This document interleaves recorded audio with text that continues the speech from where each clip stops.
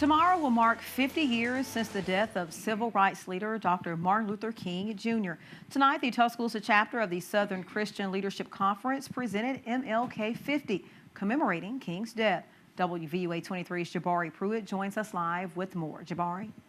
Well, to make a big crowd tonight as people of all races and ages reflected on the death and revived the dream of Dr. Martin Luther King Jr.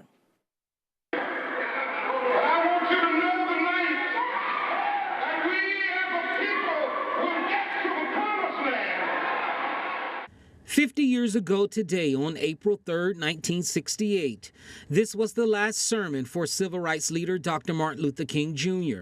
One day later, April 4th, King was shot and killed standing on the balcony of the Lorraine Motel in Memphis, Tennessee. James Earl Ray was arrested and sentenced to 99 years in prison for King's murder.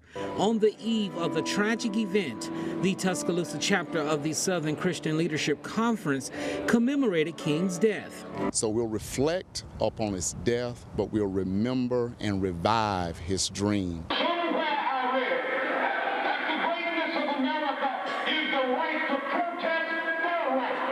For that, the SCLC brought the community together for MLK 50. Black, white, young, and old united as one at Mount Pilgrim Baptist Church in Tuscaloosa. A pulpit filled with pastors, all for one cause. But 50 years later, I think we always have room to grow, especially with what he was pursuing and what we see in Scripture telling us to pursue when it comes to the Christian mandate to be ambassadors of reconciliation.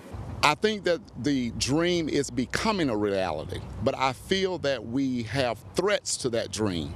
So while I feel that we've made significant strides and steps toward the realization of that dream, I feel that with the rise of white supremacy, of course violence, the threat of poverty in our communities, I feel that there's a threat or the threat to roll back. Martin Luther King was at a crossroads. Despite doubts, despite death threats, he refused to turn back. Quinn Kelly, SGA president at Stillman College. The state of the world and the state of our country today, he would tell us what he's always told us and what history would tell us that he said, to keep fighting social injustice, to keep fighting injustice in any field.